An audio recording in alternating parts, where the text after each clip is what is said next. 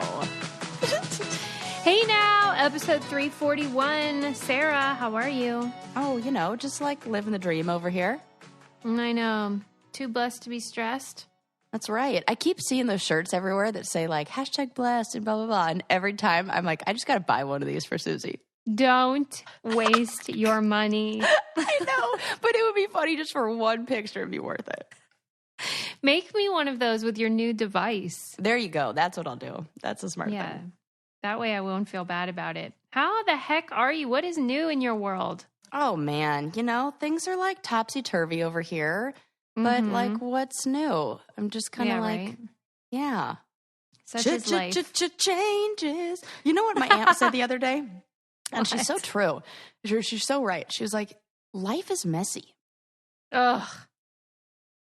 Right? You're the one that always says it's hard to be a person. It is. No joke. It's like the hardest job out there. And nobody gives us any credit for it because we're all supposed to do it. I always think about, like, whenever I'm going through my routine in the morning, because Sarah knows I have this routine, and it's like just what I do. And I go through it, and I always remember my mom saying, life is so daily. And I never really got what that meant until I became an adult, and I was like, it sure is. Yep. It's just daily. You just do the same shit every day, whatever. Mm-hmm. So we're just adding a little spice. Yeah. Oh, my God. This is like a perfect segue to talk about a video that I watched. Okay. It was on, I believe it was on 60-Second Docs. You know that Instagram? I do not. Oh my God, I have to send it to you. It's so cool. It's like all these little short clips, like little 60-second docs that are about like uplifting shit that'll make you like real happy. And so it was this British guy who's talking about, and this was just a clip of a speech he was doing, and it was talking about why he dresses for a party every day. And he's like a fancy dresser. And he says that he's probably in his like 60s now, maybe 70s. And he said that when he was growing up, he was really poor in the countryside in England and just had no money. But he did have one aunt who was rich, rich compared to him. Yeah. And he went over to her house and she was like the fancy aunt. And he's like, everybody's got one of those.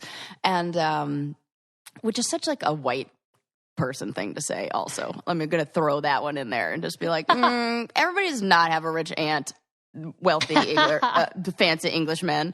Right. But, that aside, so he was saying that he went over to her house and he was looking at all of her beautiful, like, dishes and all this nice china. And he said, when do you use this? And she said, for special occasions. And 9 days later, she died. And she never, ever used any of her nice stuff. And he said from that day forward, he had his Sunday best, like his outfit that he would wear to church or whatever. His mom made him all his clothes, and his dad was like this real funny guy. And so he had a lot of love in his life. And he said, I've got all those things, but I am going to make sure that I always enjoy the good stuff. And you know what? Who cares? So wear your nicest outfit. And if it gets ruined, if it gets ripped or whatever, who cares? You were enjoying it. But to live your whole life with the stuff just sitting on the shelf and never getting to use it is really like for what? What are we saving all these special moments for? Every day should be a special moment. Yeah. Sometimes I wonder though, because I really like that concept and that, we can celebrate any old day that we want. Yeah. But on the other hand, I think about how you were talking about rituals and the importance of like having certain things for certain times. And so for some people, that might be helpful in denoting today's a certain kind of day. Because like, don't you think about on holidays when your mom would get out like the Thanksgiving platter and it was special? So there can be that bonus of saving things too. Totally. But if so if you never used them, like I've got a set of my grandma's dishes and there are some holidays where I'm like, oh no, I don't need to take them out. Like they're too nice and I don't want to be bothered with cleaning them and washing. Why? Yeah. Just freaking take them out. Good point. Take them out. And I even do these things where like somebody will give me a really beautiful candle, like we joke about. Everybody gives a candle, which is great. And I love it. Or like a really beautiful bottle of like bath oil or something. And it looks so pretty and it's so nice. And I almost feel like It's like I know. I don't use it. That's like, what happened with that thing, the perfume you got me that was Lucille Ball's perfume. Yeah. I can't open it. Oh my God, you're so funny. Susie, just freaking open it. I bought it in a 3-pack. I bought it in a 3-pack. I have an extra one at my house sealed still. Okay, that makes me feel better. Yeah, don't feel bad. That is why that stuff is so amazing. Oh, people out there who don't know, if you guys haven't heard of Florida water, it's like the coolest stuff. Just like Google Florida water and it'll be fun. Okay. Lucille Ball on her deathbed they said, do you is there anything we can get you? And she said, her last words were, bring me Florida water. I love it. And Sarah got it for me for my birthday last year. And she said, now you'll always know what Lucille Ball smelled like. Cause I love Lucy. Who doesn't? Yeah. And, hence the name. Yes. And I just loved, I thought that was so meaningful. And it's so special, but I get what you're saying. Yes. The real gift is knowing what she smelled like. Oh. And it is, that stuff is great. Every time I take sometimes when it's the full moon, I'm going to get super hippity dippity witchy over here. Sometimes when it's the full moon is when I like to take a bath and I like to do light some candles and, put some oil in the bath and some essential oils and stuff and make it smell all nice. And then that Florida water, just the perfect topper. Do you use it? Yes. Oh my God. Oh my God, it smells so good. You only need a couple little splashes in your bathtub and it will just lift you up and make you feel calm. And Suze, you're missing out, girl. This is what I'm telling you. I got it for your baths. Really, you have it in the bath and then every morning you just put a little bit in and you will you just need a little bit and it gives you that all of the nice smells. It's lovely. I like it. All right, I'm convinced. People said it was the fountain of youth. That's what. I know. That's what I need. I don't know what I'm waiting for. Jesus. Hello. I knew all these things when I got it for you, Susie. I'm not saying you need the fountain of youth. That's not what I'm saying at all. Well, we all do. Not a day over 10. Don't say it. How about how I'm still recovering from my Paul McCartney concert experience? Tell us everything. Oh my God. Did you cry? Like a fool. Oh, I love that. Oh, my little Suze. I can't, it's not like I just tear up. I am in hysterics and Adam's like, are you okay? I know this cry. This is my Mr. Rogers cry. Yes.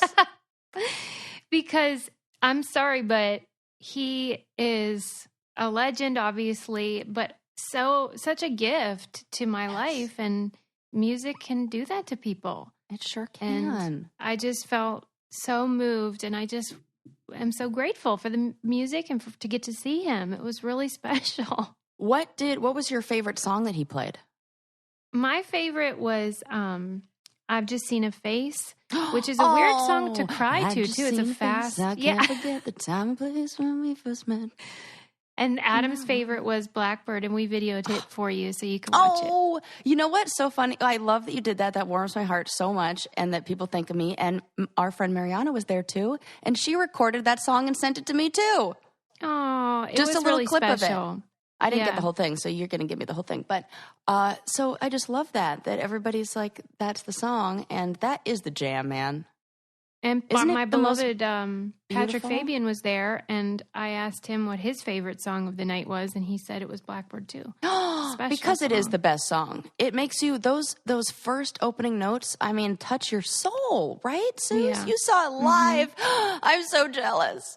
Yep, cried the whole time. So I'm going to have to watch the videos to just be like, oh, that's what it sounded like. Oh, I couldn't hear over my tears. Oh my God, that's so funny. Well, I cried at the Beyonce concert, so, whatevs. How cool is it, though, that he plays for 3 hours? He's 77 years old. Wow. I only saw him take 2 sips of water, and he's just a badass. So it was really special. You did say that before. He doesn't even drink any water. Yeah, there's no breaking. But if you do happen to need water on the fly, what you should do is call on Instacart, which is, I was just thinking about this. Of all our sponsors and partners, I have used Instacart more than any of the others. I use it weekly, multiple times a week. I do too. I use it several times a week because it is so convenient. I got the like the yearly subscription. Me too. It's great. I mean, come on. That delivery fee pays for itself in like 3 visits. Groceries, they're delivered to you as fast as an hour or a time that works with your schedule. And it has all your favorite stores on there. So your grocery store, your CVS, there's like Bevmo, all those like, you know, places that you need things for parties and dinner and all that stuff. And it's like, oh, I forgot this. We'll just order it on Instacart. It'll come. They will keep the hot stuff hot. They keep the cold stuff cold. It's so convenient. You don't have to sit in traffic. You can try Instacart and get $10 off your first order. To get the limited time offer, go to instacart.com or download the mobile app and enter our promo code BRAINCANDY at checkout. That's $10 off your first order today at instacart.com or through the mobile app. And don't forget to enter our code BRAINCANDY, instacart.com or through the mobile app with our code BRAINCANDY at checkout. Yeah, easy peasy. Yeah. Don't go anywhere. There you go. No, yeah, just stay home. Be a recluse. Why would you want? Like but me. Yeah, come on now. It's crazy out there. How about how I was out the other day fishing with Adam and Lincoln? And Did you say fishing? Yeah, at the I Redondo love Beach that. Pier. Yeah. Mm-hmm. See, I'm outdoorsy. Super. They do all the heavy lifting. I just sit there and enjoy. But anyway, Heavy lifting. What the hell are they reeling in there? Eating mackerel and stuff. Wow, that's cool. And, yeah. Well, we were sitting there on the pier, and you know, people when they get big fish, sometimes they yell like for assistance if they need help reeling it in or whatever. And some guy was yelling for help, and I looked over and there were no fish, and I'm like, "What's going on, Ad?" And he's like, "Oh my God, that kid has got a hook stuck in her back." A little 2-year-old. No. Yeah, and he had to run over because that idiot did like an overhand cast. You should only do underhand. And hooked her right in her shoulder blade. Oh my God. And it was in deep, Sarah. Oh God. And you can't get, oh my God, I'm freaking out. Did they cut, what? Oh, no. Physical reaction. And like, I'm not kidding. Adam came back and I'm like, what's going on? And he was like, well, I was telling them, we're going to call 911. They're on their way. Like, just stay calm because you need to keep her calm. And yeah. And then he said, the other guys that were crowding around were trying to get it out with pliers. What the fuck are they doing? And Adam had to be like, stop doing that. You're going to tear her skin open. Can you believe? What idiots. Don't they understand how a fish hook works? Oh my God, I'm having that poor little girl. This is not the first time I've heard this happen. I know. People need to be careful. Why do people do this stuff? I guess everybody's in that thing of like, it won't happen to me, or they're just being or like they're trying to whatever. do. They're more concerned with, you know, like the act of like, ooh, look at my overhand cast or whatever the hell you call it. You know, I feel the same way about diving in shallow water at the beach. That thing where people run, and it's like you've seen it on TV, so you do it. Yeah. You don't cast a fishing line like that when on a pier, and you don't run into the ocean and dive face first.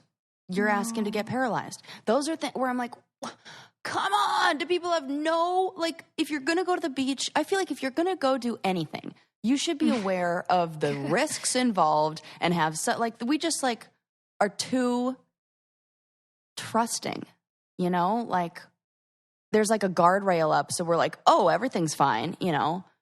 It's like that. It's like I've put this all in the same category of like selfie people who fall off of the cliff and all that stuff. Mm-hmm.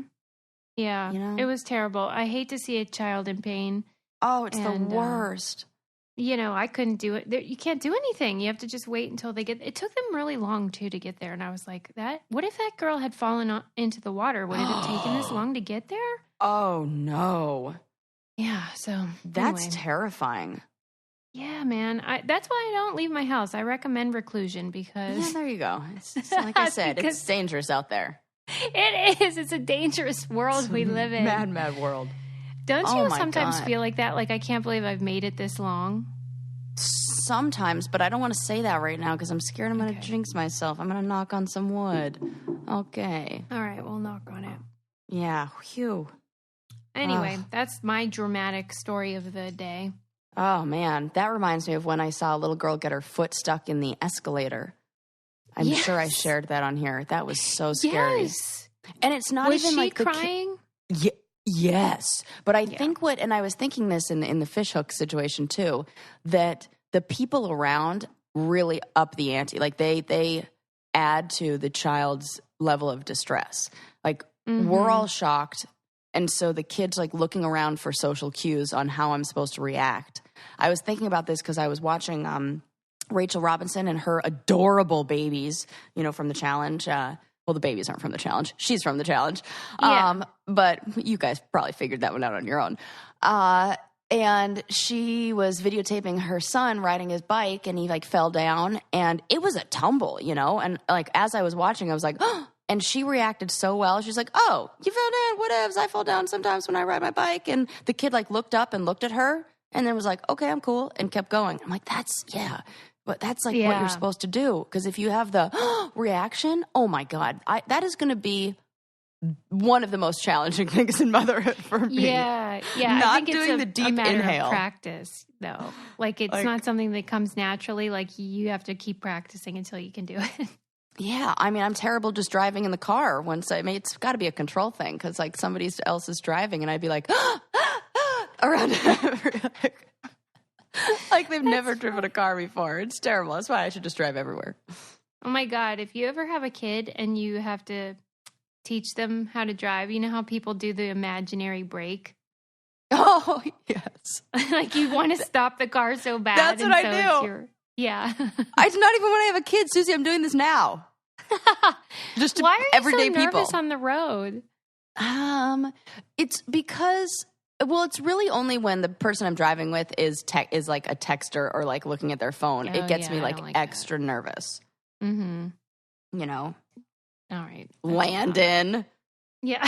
Not naming any names. Not to name names, but well, I mean, a lot of people have that habit. It's tough to break, but it's dangerous. I can't wait for those self-driving cars, man. Really? I mean, the future's here. Give me one of those already. Yeah, what's the holdup on that? Right. I saw a postal truck that was empty, no driver. No that was weird. Way. Yeah. And I knew it was one because it had huge numbers on the side.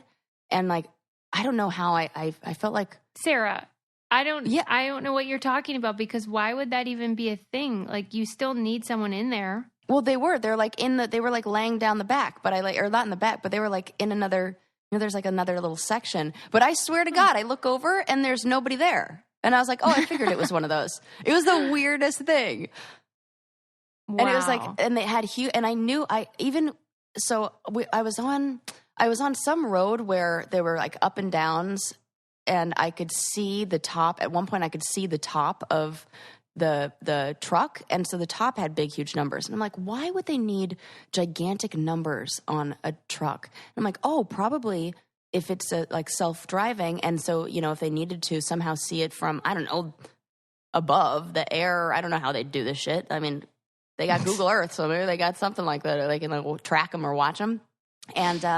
And so I was like, oh, maybe it's to like see that from the sky, or like, what if it were like a loose truck and something happened? They got to like find it. So, and then I was like, I bet that's a self-driving car. And then I pulled up next to it, and sure enough, it was. So as soon as they're available, you're going to want one? Yeah. I mean, I'm not going to pay for it because I'm cheap as hell. But like, so I'm going to wait till like the used ones are available because you know me. The most environmentally friendly car is a used one. That's nice, Sarah. I know. Ugh, it's annoying. I know.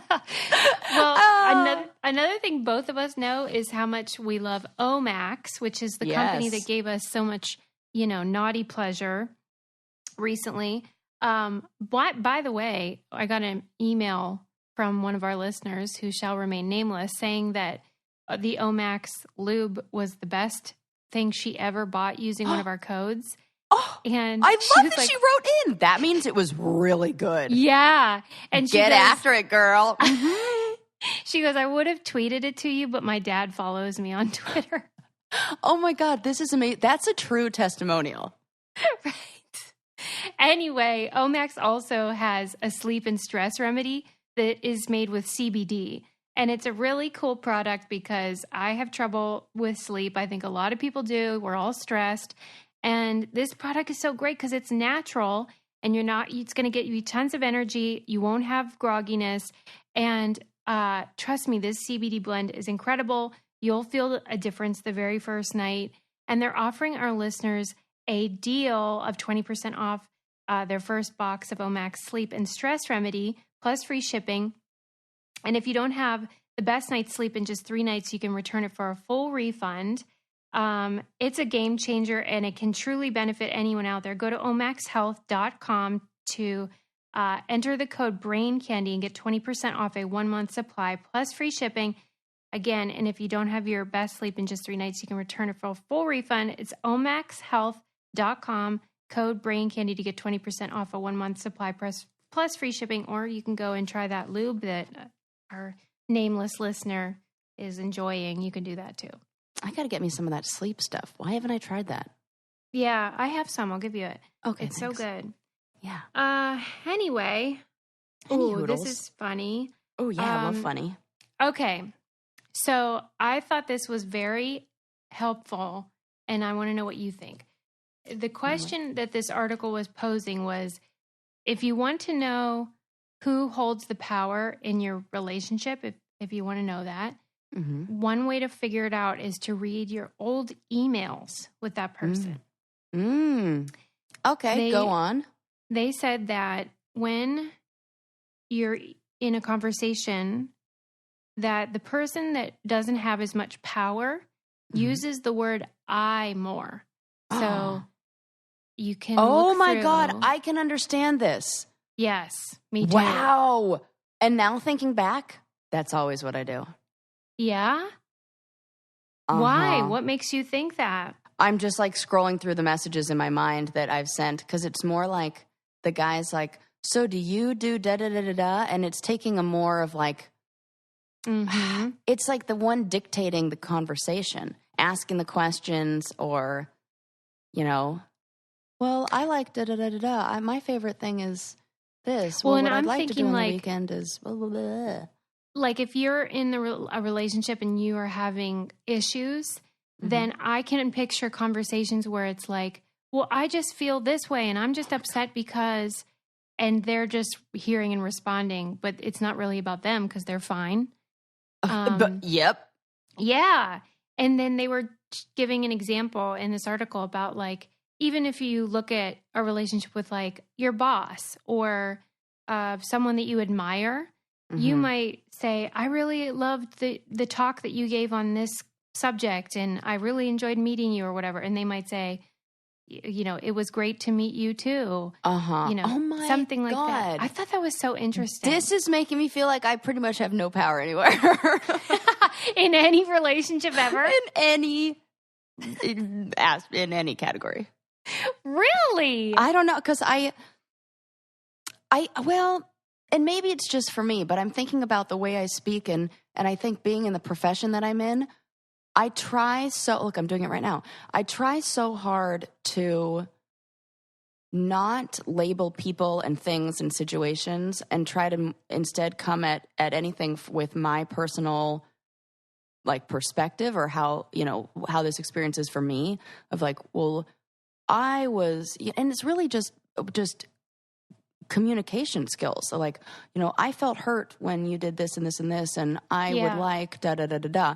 That's healthy This is again, okay, I'm going to go ahead and say this. This is again one of those things. Remember how you were saying like, you know, with all those emails where we have these like things where we say, I just want to blah blah blah. And we said, well, maybe men should just be a little nicer in theirs. Yeah. I'm going to say they just need to communicate a little better.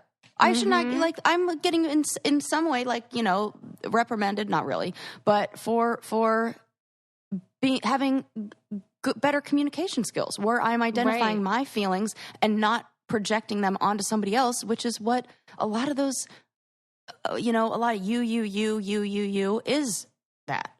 Yes. Now I'm mad. Yeah.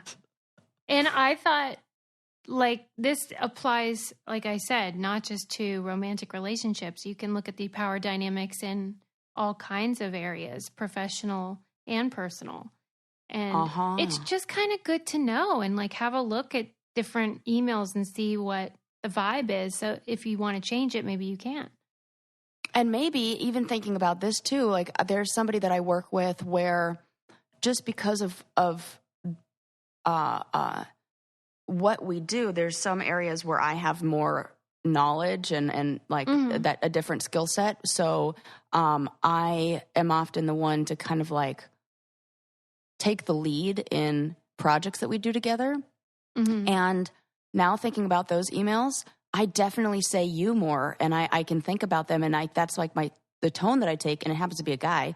And I was thinking, and you saying this, that if you are working with somebody and you want them to feel empowered, and sometimes that leads to really good results and really good performance and whatever, maybe switching up that language and using more I or more you or vice versa or whatever, that we're in kind of in control of that, and we can kind of change that power dynamic and with an awareness of it. So good topic, Suze.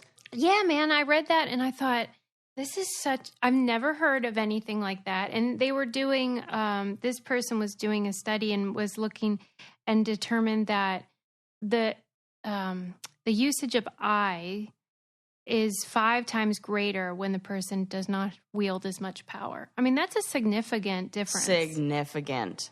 Yeah. Oh my gosh, yeah. That was in Gizmodo, facts, so if you want to check that article out. I love it. That's good stuff. You? Yeah. I feel like it's almost like you're a detective and you can see things you didn't know before. I don't know. Yep, that's this awareness. And then when you have that, you can make adjustments to your behavior. You can create healthier boundaries.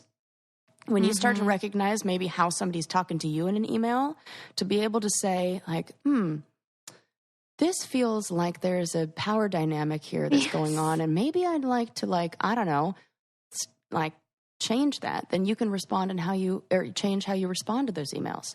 Yeah.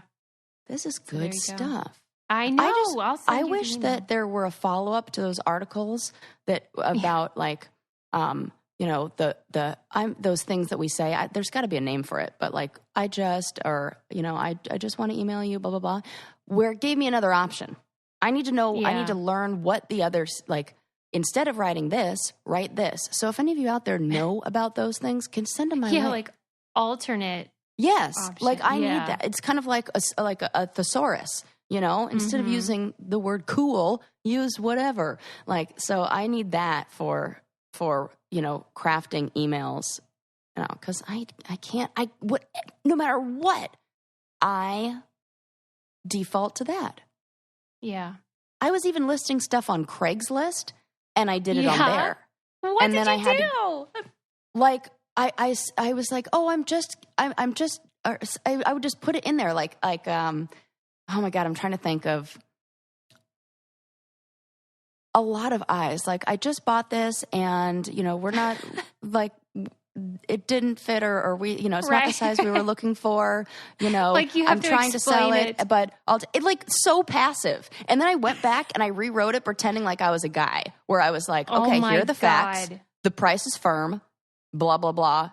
End of story. I took out all of those and I looked at it again and I'm like, wow. This is so... You know that saying for writers, they say you should write drunk and edit sober? Yeah. I kind of feel like you should write your email like a woman and then edit it to be like a man. Amen to that. Oh my gosh, Maybe write that shit down. That is good. That is the truth. I mean, for some things, I really do think men should be adapting towards the more feminine approach. I don't always think the feminine approach is worse. But sometimes we do minimize or belittle our own accomplishments and stuff. And that's no good. No good. Oh, and I won't on the similar subject, I had to check myself yesterday because I went to go, there was some furniture that I was looking at on Craigslist and went to go meet up with somebody to go take a look at it. And I had exchanged a couple of text messages and everything. And then they said, I said, oh, I'll meet you at 4:30. And they're like, oh, okay, maybe 4:15. I got to head out to relieve the babysitter. And right when they said that, in my mind, I pictured that I was meeting a woman. Yeah. I was not meeting a woman. It was a dude. And when he pulled up, I was like, Sarah, God, like, wow. Even, it's like no matter what, no matter how much you try to, fight those default, like, I don't know, biases, I guess, or what would you call it? Yeah. I would call that. It is like a default. And then I had to I was like, okay, no, Sarah. Men can also relieve babysitters, for goodness sakes, unless the babysitter is wife, in which case I have a big problem with that. Well, that's the thing. I feel like you kind of have to give yourself grace in this category, though, because a lot of it is just your brain does a really good job of creating shortcuts. Correct. And thank you. Unfortunately, shortcuts can lead to prejudice and stereotypes and things like that. But it is your brain doing a really good job. Because the odds are it would have been a woman when the person's talking about childcare. That's just the reality. That's so true. It is just my brain doing its job. And thank you, Suze. You've been very helpful today. Goodness gracious. You're like a little guru over there. No, I know that feeling. And I'm just feeling like, you know what? That's cool that it was a dude, though. We can celebrate that. Yeah, let's. Yeah, let's do that. Was he nice? Oh, yes, he was really nice. I didn't like the furniture. Craigslist is a little. No, I know. I always am like, please don't murder me. Please don't murder me. But when I'm going to a storage unit where you need like a code to get in and like, I'm like, it's fine. But okay. I'm not murdered. Everything's good. But I didn't like the sofa. So yeah. Did you read the clickbait type of thing when it was trending, where it was they did a poll in Great Britain, and 1 out of every 8 men believes they could win a point against Serena Williams? Stop it. Stop. That's such a joke. Do they think that they could win a point against, what's his name, Roger Federer? No, I'm sure. That's what Serena's husband was tweeting about it, and he was saying it would have been helpful if they had done both so that we could compare. Yes, that's that. There is missing. Yes, that is exactly what that's missing. If all of us recognize that was a bad study, and not even a study, a bad poll. But those men can suck a big one. Sorry, Linda. And you'll love that her husband said that this was an example of the Dunning-Kruger effect. Oh, yes. Ooh, that's all over the place now. Right? Where it's like, these idiots don't know what they don't know. Yeah. They have no idea. They wouldn't last a second. Do they know? I mean, come on. She could probably do it blindfolded. To be honest, with her opposite surprised hand. It wasn't more men. Come on. Must be nice to be that confident. Right? The confidence of a mediocre white man. It's just so, oh my goodness. Well, haven't you ever heard guys do that about like the WNBA players? No. They really think they could play against these women. I'm sure they do. They really do. Oh my God, they're so wrong. They couldn't play against a lot of college or even some varsity high school women. I know, but why do they believe that? Because they diminish what women can do. Yeah, that is totally it. I'm trying to think if there's something that I totally diminish a male's ability in. Like, that I think, I'm definitely better at them than that. I think you have that mindset about men and women. Oh, yeah, that's true. I'm pretty much like, Sarah thinks she can kick everyone's ass at everything. Which is why I freaking hate tennis. Because that is the only sport that I have not been able to just pick up and, like, be good. I'm like, this is the worst sport, obviously. I wouldn't be able to get a point off on anybody, even in the junior league. And like, I'm so bad. Oh my God. Wonder why it's just tennis. It's because it's a sport where like less is more, and it's all about like finesse and not how hard you hit it or how like anything where there's like I don't know. I get too revved up and then I just hit it over the fence like a freaking baseball. Oh, okay. I can't, and just to get it, to get that, you got to hit it so many times to get that serve or that swing down. And the biggest thing is that I feel like I haven't gotten the like footwork or coordination. So I know that I look ridiculous. Like I'm like real clumsy. And then me knowing that I'm being clumsy trips me up because I'm like too much in my head. Because I would always go to the gym, like, you know, when I was on my journey to get fit, I would like even before I did challenges, I would just go to the gym and I'd be like to any trainer, like, I just want to look cool working out. That's it. Like, I don't care about how fit I am. I don't care about any of that. I just want to not look like a loser. Like, oh God. Yeah, so, that's my goal every day, really. And really, anybody who's doing anything physical doesn't look like a loser, because that is so silly that I was saying that. That was like 22-year-old Sarah talking. And now I'm like, oh, you're moving? Oh, great. You took a walk? Fabulous. You're a winner. You know, so I got to be, again, easier on myself. See, you're being nicer to yourself now. Yeah, you know, I'm trying. I'm try anywhere but the tennis court. I'm out. For real, you're not even going to try to get better? Well, I have a friend of mine told me that she played and that she was really good. And I'm like, okay, well, you're freaking cool. And so maybe I'll play because you play. And yeah, you know. Well, and plus you do need to have something you suck at. Oh, I was going to say, I think speaking of like you have to have something you suck at. I took that part of that fucking citizenship test. Yeah. I failed. No, Suze, of course. I did. Suze. Yeah. Dr. Susie Meister. Yes. Tell us what the challenging questions were, because I know I would fail all of it. 100%. Well, okay, so I saw it online, actually, because Adam has the booklet, but I hadn't opened it yet. And I saw the New York Times saying, like, here's what it's like to take the citizenship test, see how you do. Mm-hmm. So I was like, okay, let's do this. And it's multiple choice, which you would think would make it easier, but I felt like it actually screwed me up. Because I kept questioning myself or second guessing. So, like... Some of them are super duper easy. I'm looking at his book right now. Give me him. Oh, okay. Do you want me to just go through a few? Yeah. Okay. This is good. Okay, people. Yeah. I didn't have U.S. history in high school because I graduated early and I just don't know anything about this. So, well, and a lot of it is like stuff you learned in like 5th grade, but then you never think about again. Right. That kind of thing. So, like, yeah. Oh my God, I'm nervous now. I'll give you some simpler ones and then a few that tripped me up. Okay. The idea of self-government is in the first 3 words of the Constitution. What are those words?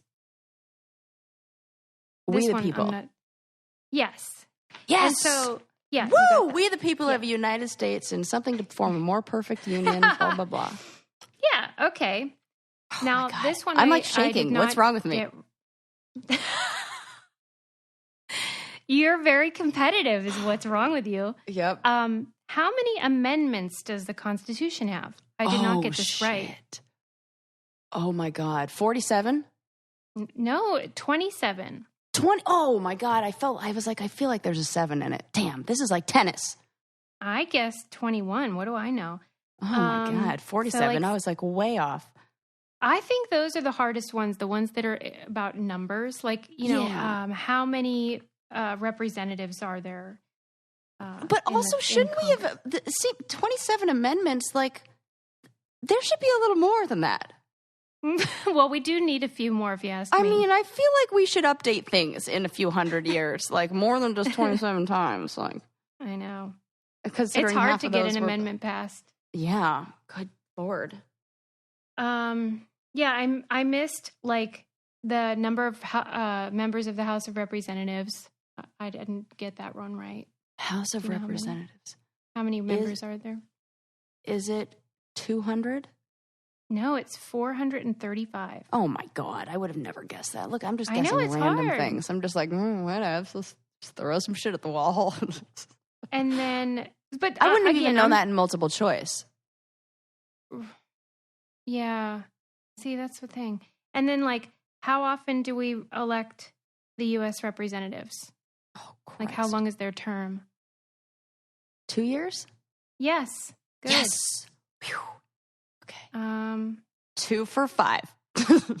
Yeah, but I'm giving you the hard ones. Oh, good. Oh, I thought these were the easy ones. I was like, oh, God, I'm not doing well. Like, they ask, who's the commander-in-chief? Oh, my God. What, who, if the president dies and vice president dies, who is next in line? Do you know that one? Yeah. Is it the,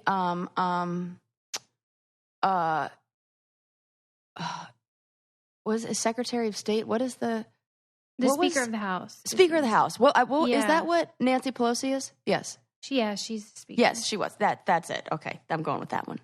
Change my answer. So anyway, it's hard because you may have learned all these things, but on day to day, we're not really thinking about those. So I was like, oh man, I'm gonna have to study with Adam. And it just feels like, is this really what you need to be an American? Like, I guess it's considering so many of, it's like, it just seems real silly to me in a way. I mean, I feel like history people are going to be like, no, it's important and more. But I don't know. I just feel like, I don't know. Maybe the government stuff, that I understand. But because some of it's like trivia more. Yeah. Trivia. Yeah. That stuff is like, who was the president during World War I? Right. That's the kind of stuff you don't need to know to be an American.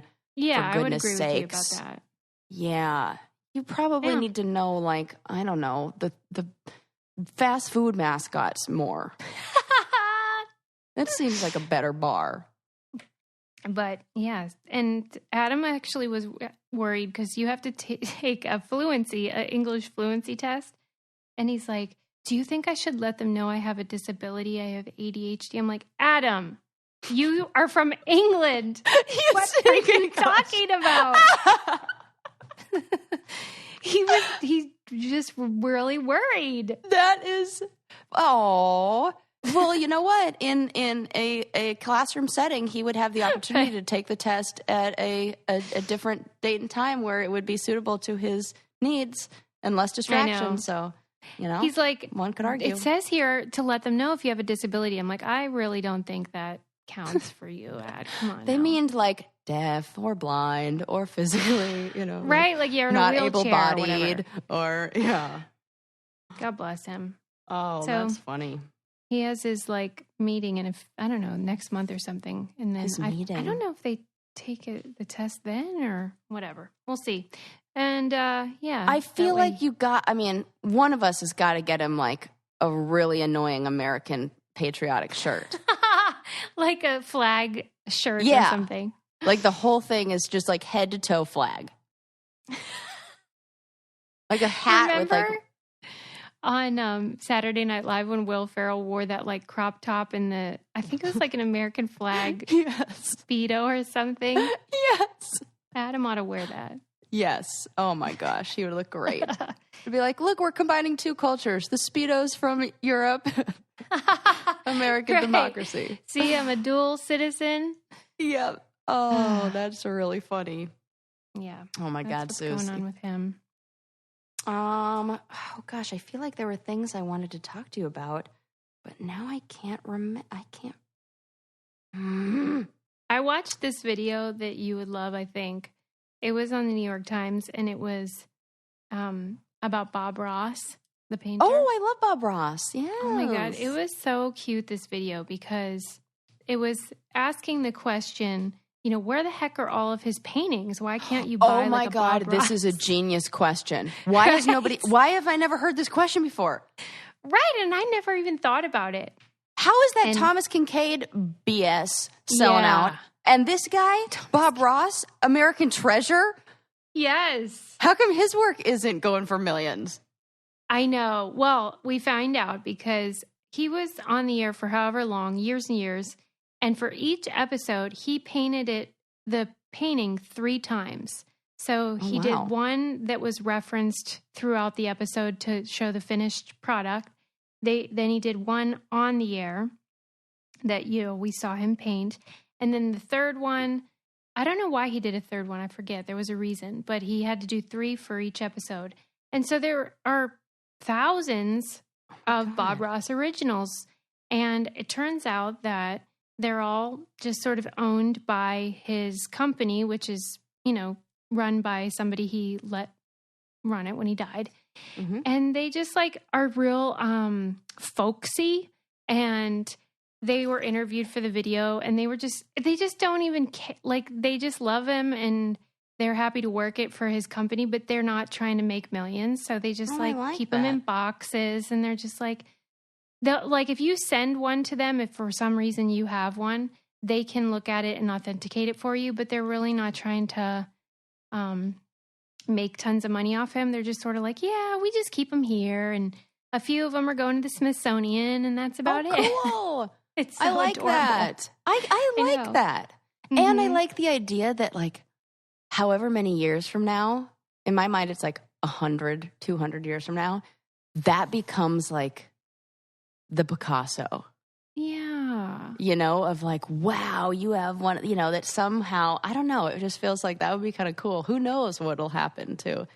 Yeah. And they were saying how as soon as his show got put on Netflix, and people would start watching it ironically, but then it wouldn't take very long before people were like, you know what, I actually really like this. Yep.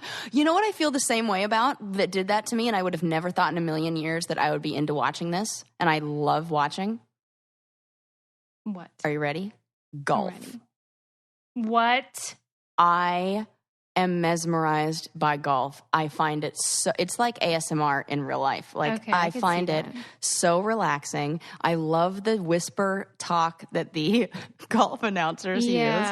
I love the sound that it makes. I love when the whole crowd hushes.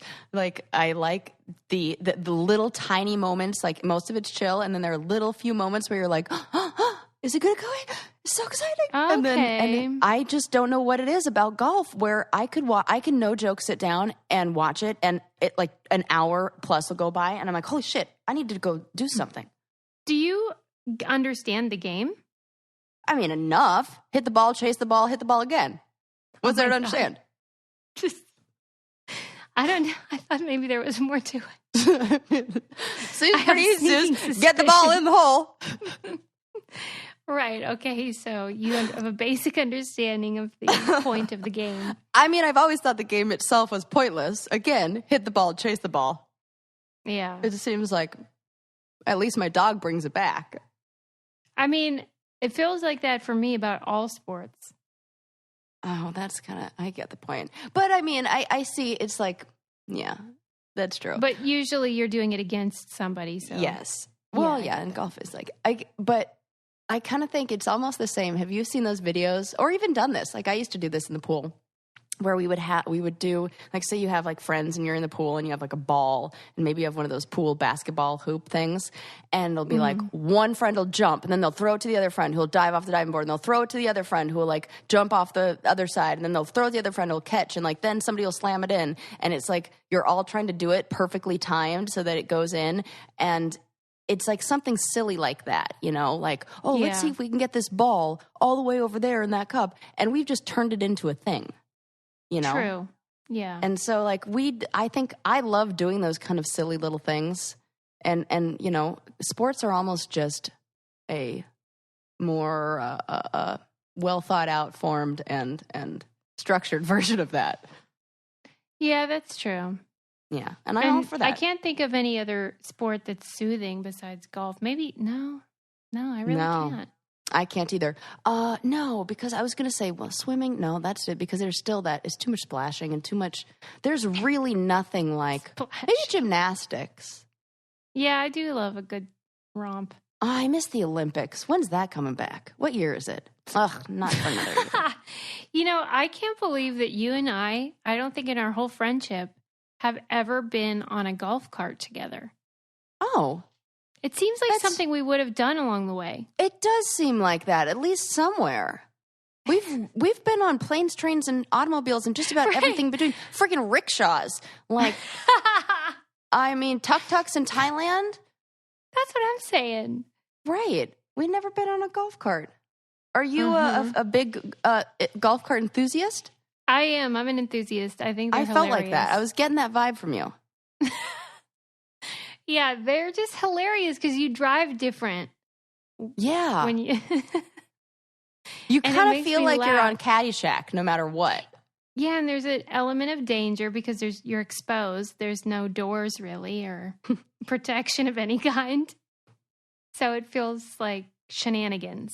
It is. Were you there with my brothers at the wedding? I sure was. When they stole the golf cart? I was there when we were trying to find them. Ah, yes. I mean, Susie could almost speak more on this story since I was, busy trying to get married.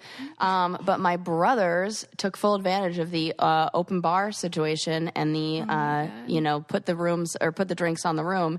And they got wasted before the wedding. And then they stole a golf cart from the La Quinta Hotel and drove it all around and then had security guards chasing them.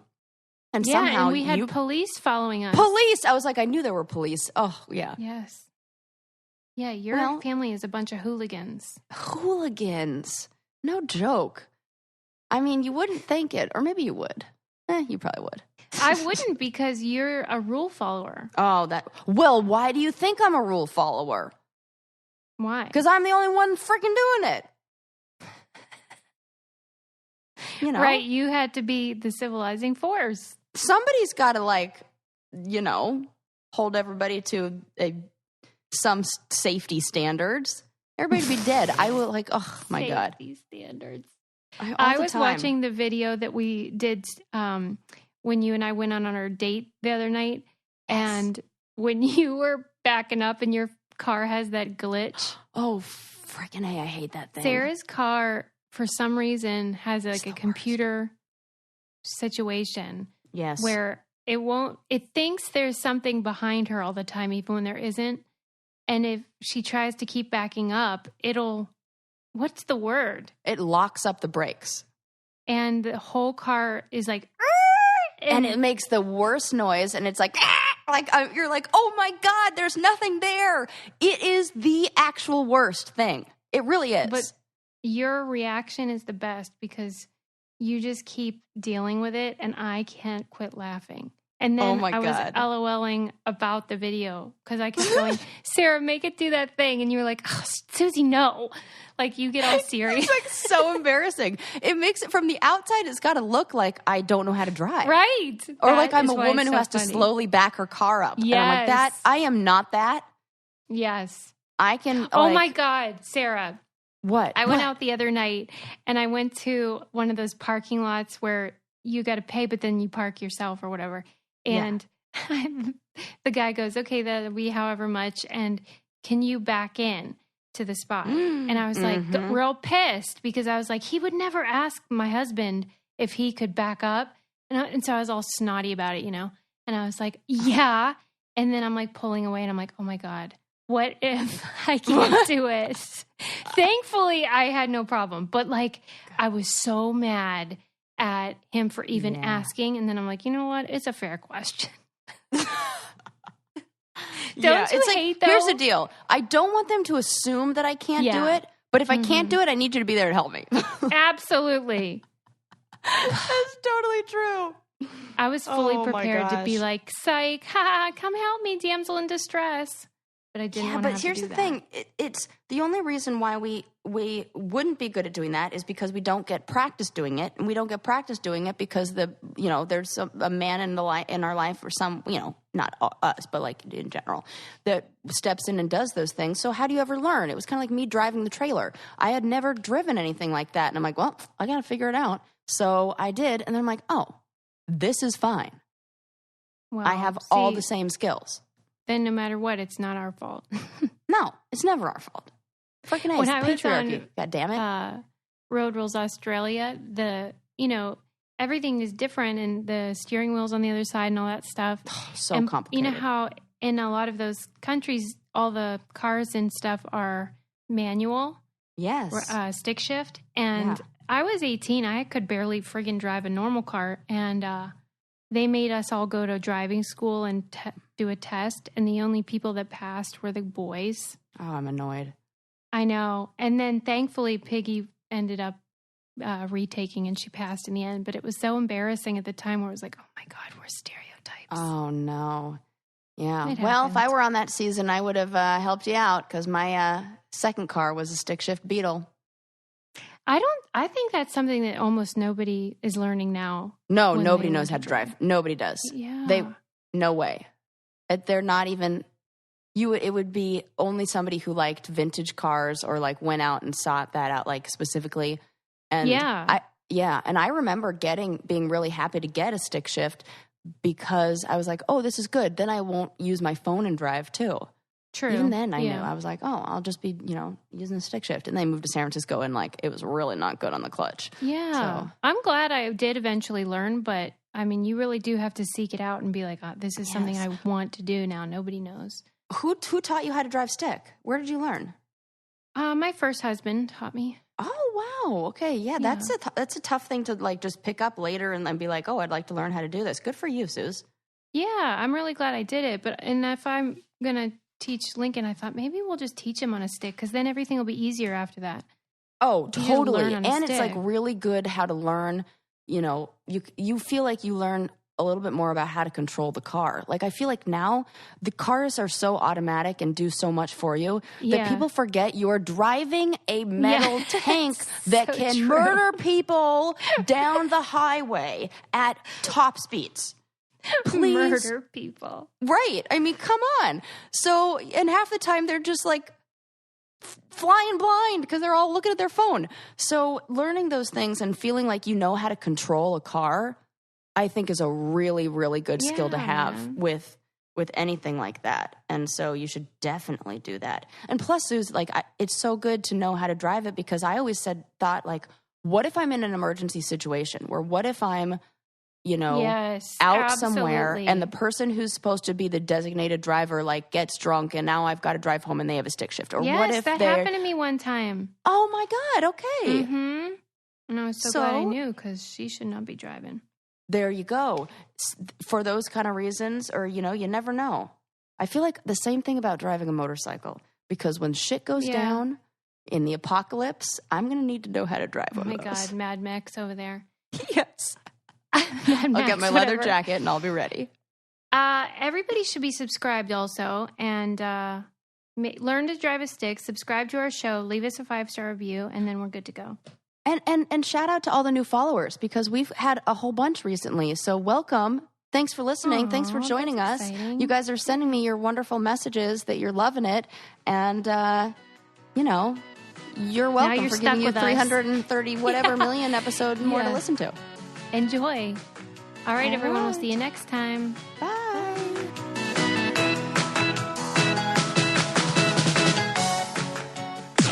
This podcast is brought to you by Wave Podcast Network. Check out all of our shows, including the Brain Candy Podcast, I Don't Get It, Coffee Convos, and Let's Talk About It.